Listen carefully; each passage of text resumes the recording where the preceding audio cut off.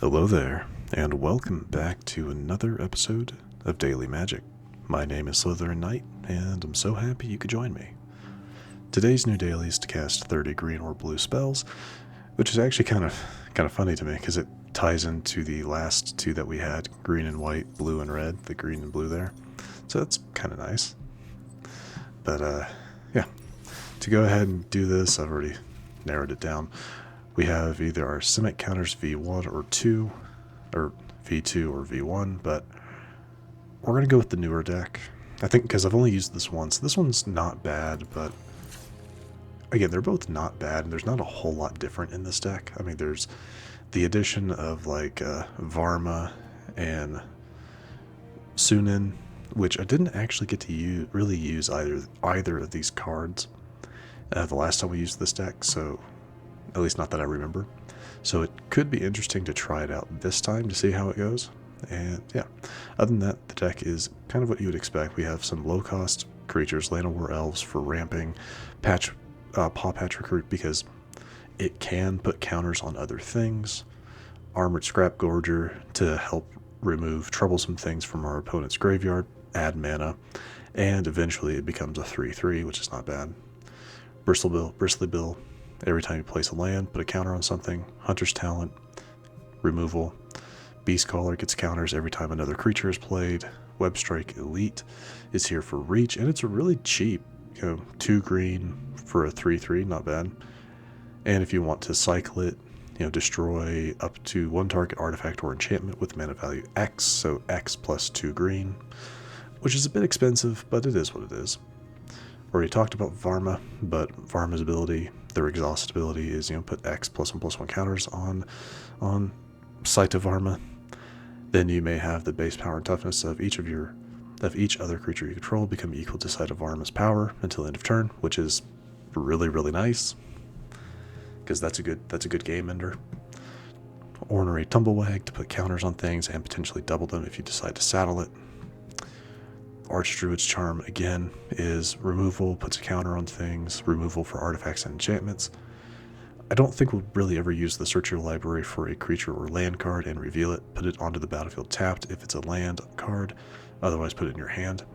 I don't really think we'd ever do that unless I don't have a reason, but unless I have like no other reason to play the card, and I'm searching maybe for a Sab-Sunen or for a Varma, I don't know. Zimone puts 2 counters, puts a counter on up to 2 creatures, and then you can double the number of each kind of counter on up to 2 target creatures and or artifacts you control. Very nice. And then Sab-Sunen Luxa Embodied. Can't attack or block unless it has an even number of counters on it. 0 is even. At the beginning of your first main phase, put a +1/+1 counter on Sab-Sunen. Then if it has an odd number of counters on it, draw 2 cards. So essentially, the first time you play it, you're not going to be able to attack with it for 2 turns. The turn you play it, and then at the start of your first main phase on your next turn, it's going to get a counter, so you'll draw 2 cards. So, kind of an interesting, good blocker, reach, trample, and indestructible. So, an interesting card. I'm looking forward to how this is going to play out. But yeah, let's go ahead, and I'm actually going to do some ranked matches because I have used the deck. I know the deck. It's very similar to our other counters deck, so let's just give it a shot. And if I lose, I lose. I'm on the 27th of February, so I have today, I have this episode and the next to try to get to gold, which I think I only need like 2 wins for, but don't really like my chances, to be honest. I actually kind of like this. The lack of blue isn't great, but Armored Scrapgorger does add 1 mana of any color, so that does kind of make up for that, so that I can send out Zimone on my 4th turn.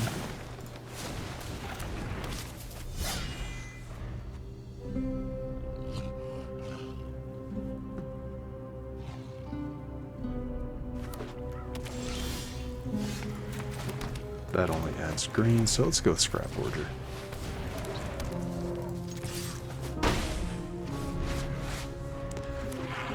We'll play both of these next turn.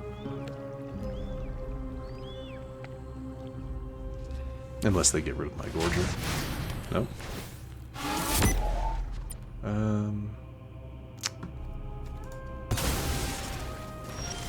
Yeah, unfortunate, but it is what it is.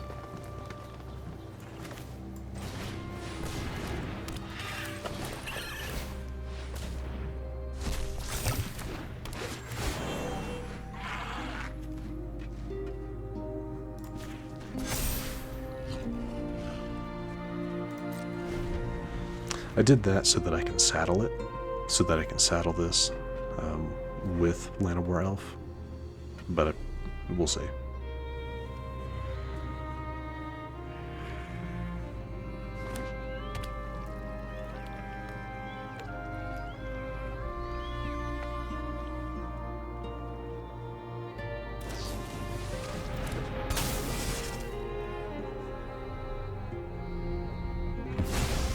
Unfortunate, but not unexpected.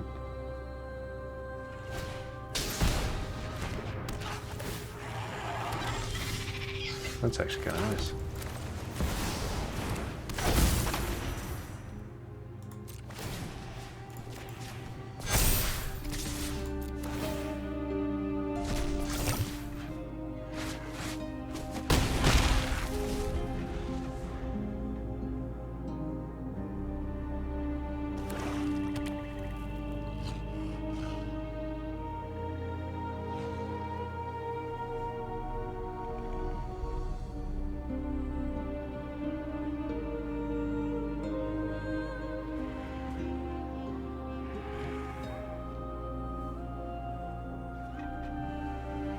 Gonna get rid of the Gorger.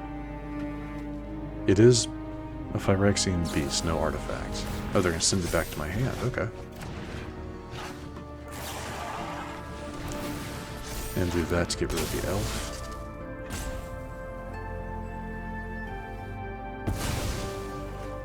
Annoying, but it is what it is.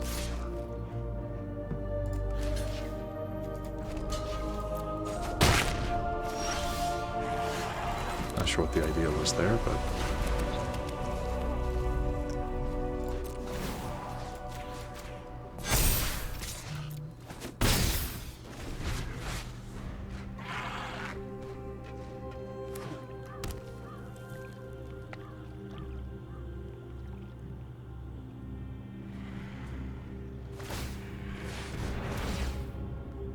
okay, so another Storm Chaser.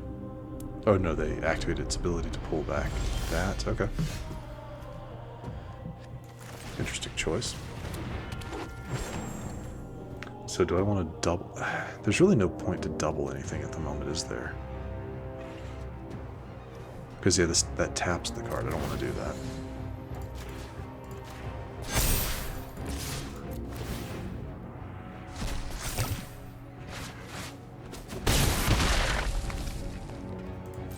So they'll probably use this town ain't big enough to recall their nowhere to run or their momentum breaker. And then they'll probably send back Zimone, I would think.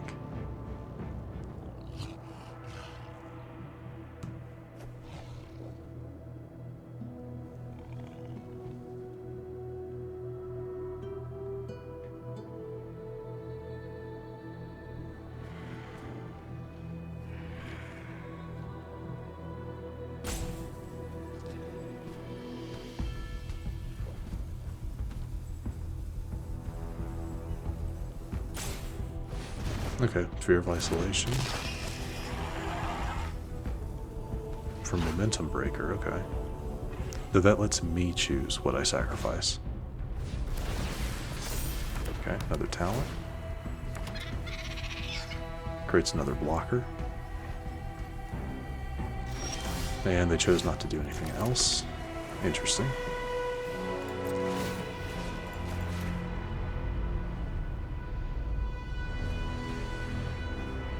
See, they can still, this town ain't big enough.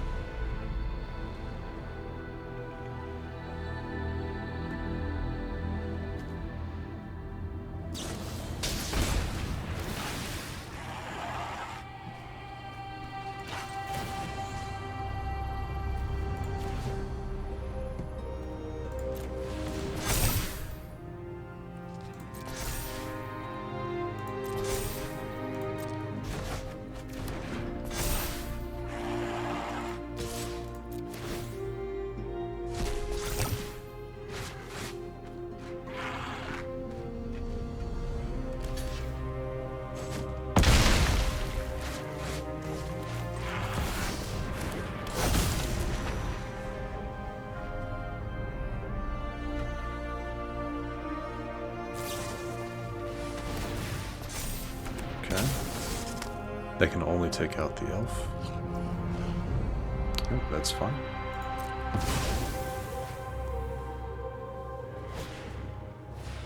And then force me to sacrifice Zimone. You have to keep a blocker ready at least. You have to keep at least one.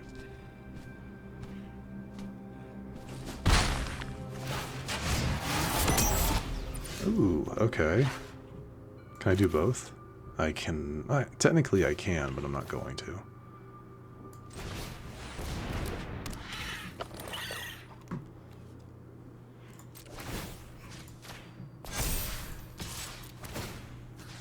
We'll get rid of you.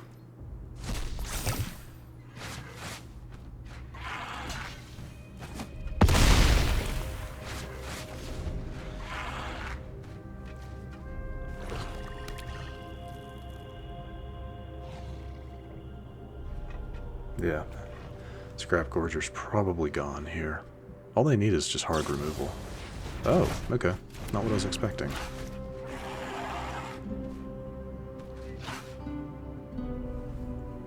Not great. And then they can do, yeah, nowhere to run to get rid of Tumblewagg.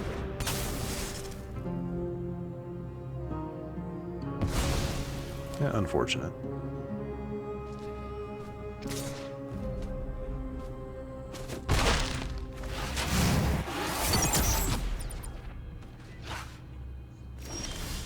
Oh, finally. I was wondering when I'd get this.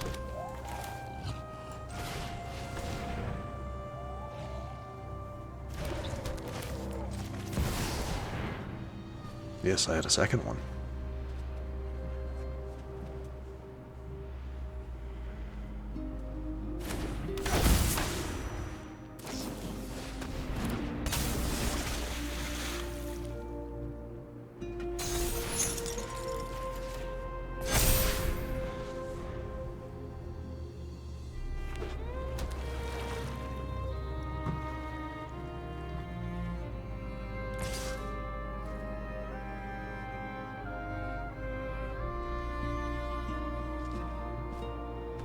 What, do they have a Kaito?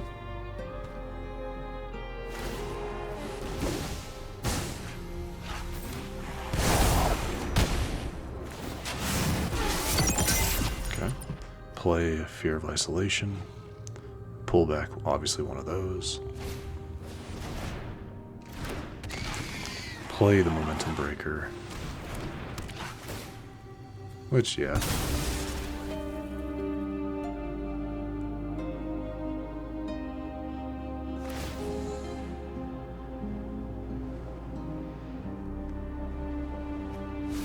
Cost 5 to do. That would be nice. Let's see.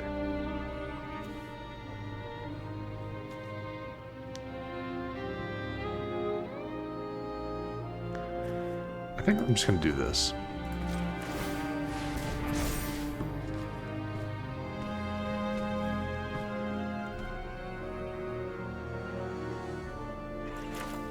Now let's go ahead and do that too.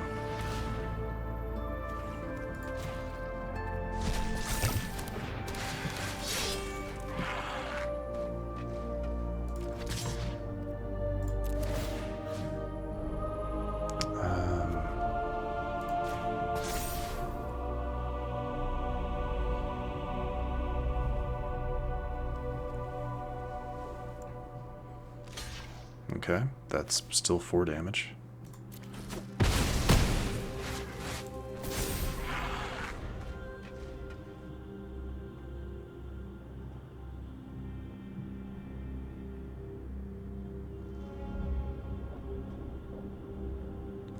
This has been a very long match. I mean, we're already past 15 minutes, and it's only been one match, but it's been this has been a very good match. An interesting Dimir deck based on like pulling things back to use them again and again. So, very interesting. I do like it. It's a decent counter against my deck too, because it kind of limits me on how many counters I can have. Another blocker. Good. That's the bad thing about Kaito. He can't act as a blocker.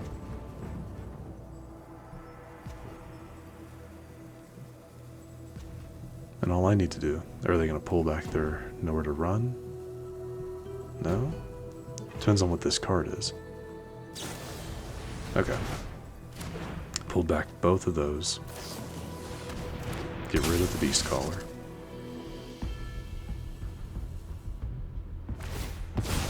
Yeah, no counters to do anything with, which is okay. Send that out to create another blocker for the next turn. Attack with Kaito, because you have no reason not to. Be a land. Oh, another nowhere to run.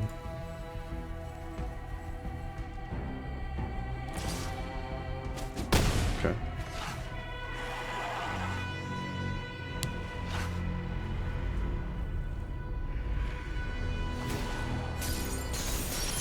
That is a little annoying.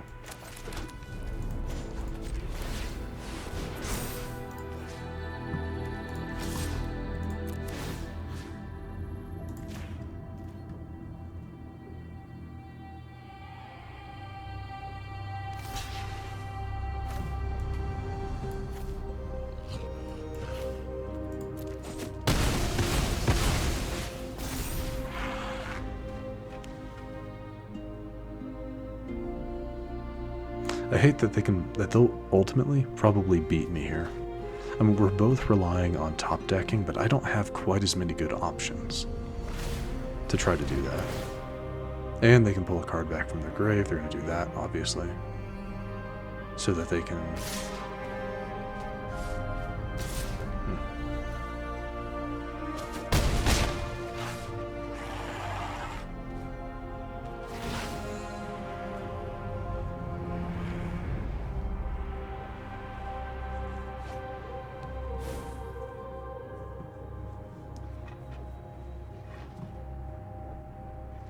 So you could play that.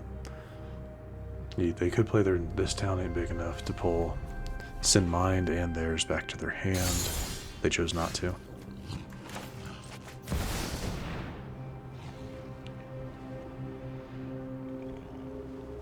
I really don't think this changes much for me at the moment.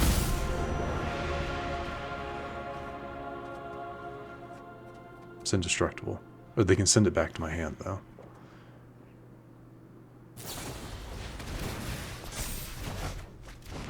Which does that pretty much. I mean, that 3.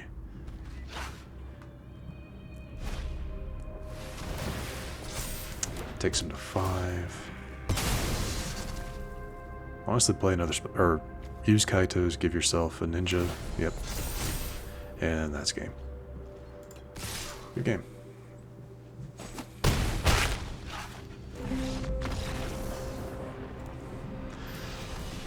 Definitely not what I would have preferred, obviously.